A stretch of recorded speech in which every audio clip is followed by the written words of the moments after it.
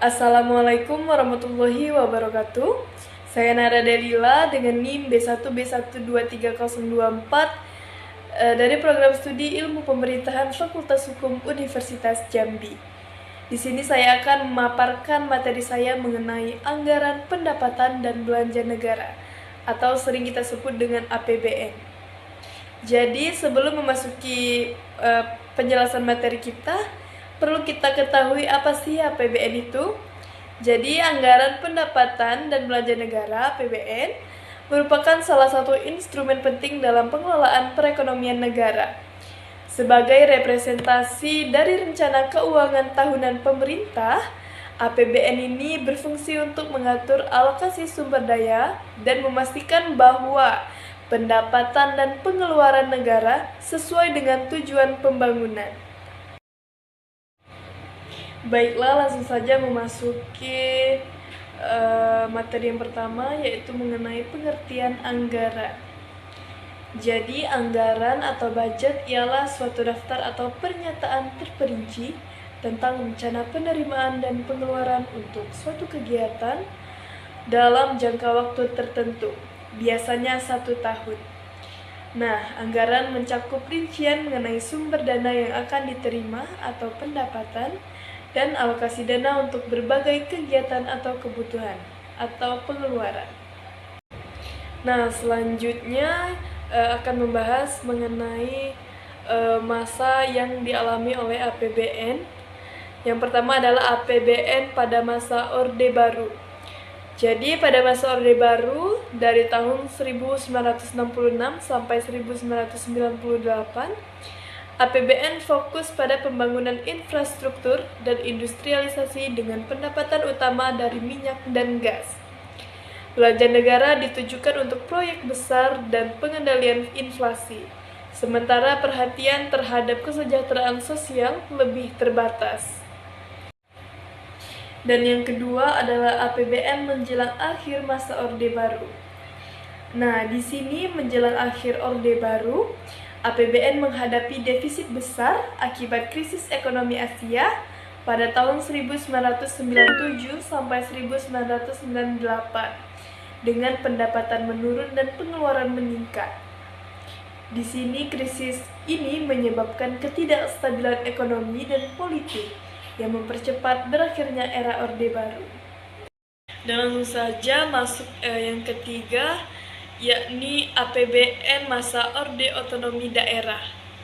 Di sini pada masa Orde Otonomi Daerah sejak tahun 1999,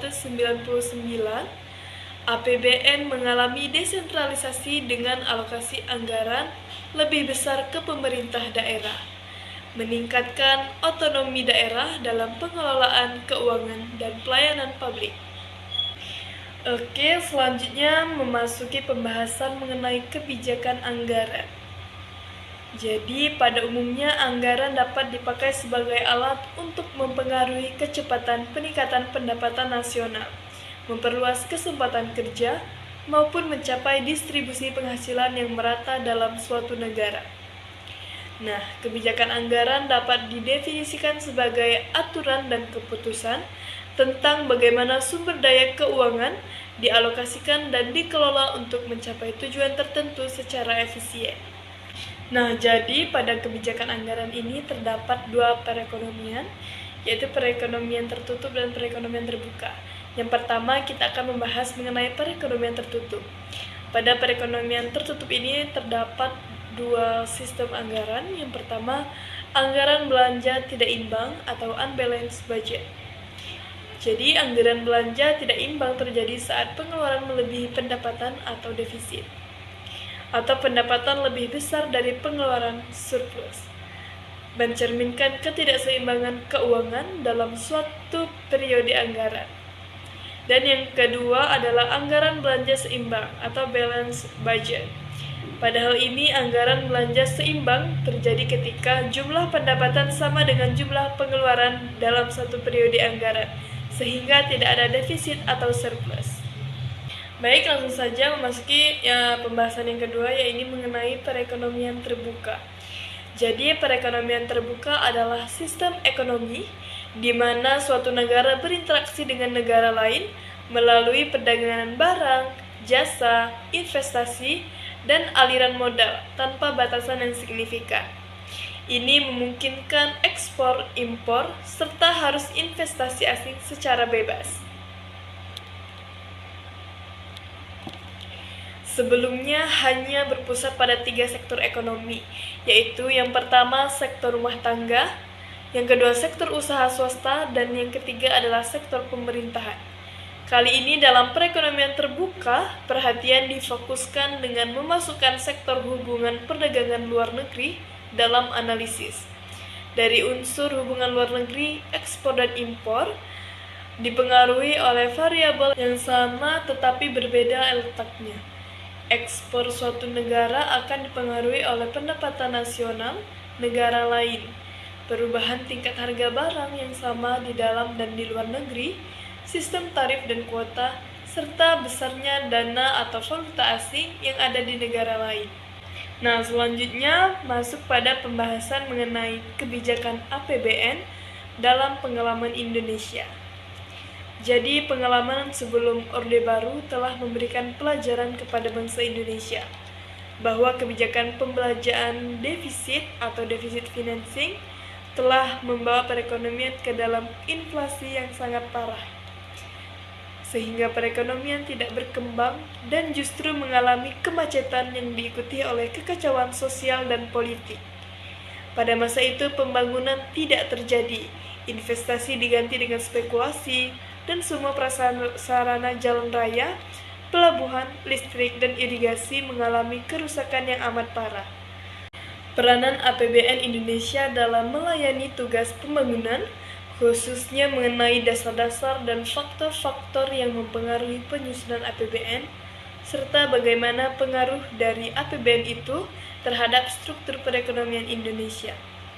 Dari pengalaman sebelumnya, maka Orde Baru mencoba mengatasi kesulitan-kesulitan yang ada dengan menerapkan anggaran belanja seimbang yang dinamis, serta melandaskan kebijakan-kebijakan pembangunan di atas trilogi pembangunan, yaitu stabilitas nasional, pertumbuhan ekonomi, dan pemerataan. Oke, memasuki pembahasan selanjutnya. Yang pertama adalah kaitan antara landasan dan tujuan pembangunan. Jadi, kebijakan anggaran tampak telah diyakini sebagai salah satu alat yang dipakai untuk mempengaruhi struktur perekonomian negara. Kegiatan pembangunan akan sangat ditentukan oleh tujuan akhir yang ingin dicapai, oleh upaya pembangunan serta dana yang tersedia dalam perekonomian, baik yang berada di tangan individu atau swasta maupun di tangan pemerintah. Dan yang kedua adalah pola anggaran pendapatan dan belanja negara. Jadi, pada hal ini, seperti telah diketahui, penyusunan APBN termasuk dalam fungsi perencanaan dari administrasi negara. Fungsi administrasi negara yang lain di samping fungsi perencanaan adalah fungsi pelaksanaan dan fungsi pengawasan. Dalam penyusunan suatu anggaran harus diingat kaitan antara dana-dana yang akan dikeluarkan dan tujuan yang akan dicapai. Selanjutnya yang ketiga adalah pengaruh penarikan pajak. Jadi, dalam APBN pemerintahan Orde Baru, penerimaan dalam negeri dapat dibedakan menjadi penerimaan dari pajak dan penerimaan dari bukan pajak. Pengaruh pemungutan pajak terhadap produksi dapat dilihat bagaimana pengaruh pajak tersebut pada kemampuan dan kemauan untuk bekerja dan mengadakan investasi. Oleh karena itu, kebijakan perpajakan harus memberi dorongan bagi kegiatan produksi di berbagai bidang, sehingga objek pajak itu semakin luas. Dan yang terakhir adalah pengeluaran pemerintah. Pada hal ini, semua kegiatan pemerintah selalu membutuhkan pembiayaan, dan ini didukung oleh penerimaan pemerintah, baik yang berasal dari penerimaan rutin maupun penerimaan pembangunan. Demikian pula kegiatan pemerintah dibedakan menjadi kegiatan rutin dan kegiatan pembangunan. Anggaran belanja pembangunan disusun untuk mencerminkan pola-pola kebijakan prioritas-prioritas dan program-program pembangunan untuk setiap tahun anggaran. Baik, sekian pemaparan materi dari saya. Kurang dan lebihnya saya mohon maaf. Saya akhiri. Wassalamualaikum warahmatullahi wabarakatuh.